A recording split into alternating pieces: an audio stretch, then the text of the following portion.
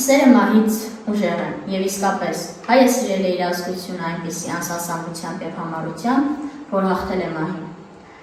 Միասնականությունը ազգի հոգին է, պահպանենք մեր հոգին և չկորցնենք այն։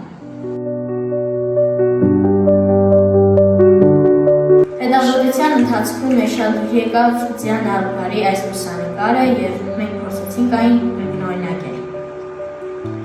Դիանա Ալգարը իր ամուսնու հետ մասնակցում է ճապոնական թեյախմությանը ճապոնական ազգային հագուստով։ Նա վկայում է Դիանա Ալգարի մարդասիրության, ուրթացության և ճապոնական մշակույթի հանդեպ իր հարգանքի մասին։ Այս լուսանկարը կարծես թե լինի հայ-ճապոնական բարեկամության խորհրդանիշը։ Եվ իրոք, Դիանա Ալգարը հայ և ճապոնացի ժողովուրդների բարեկամության, պատմամշակութային և դիվանագիտական հարաբերությունների հաստատման ակունքներում է կանգնած։ Բայց մի բան տեղափոխվենք պատմական Հայաստան, ամիրյան ջարդեր, Ադրանայի կոտորած, հայոց մեծ եղայր,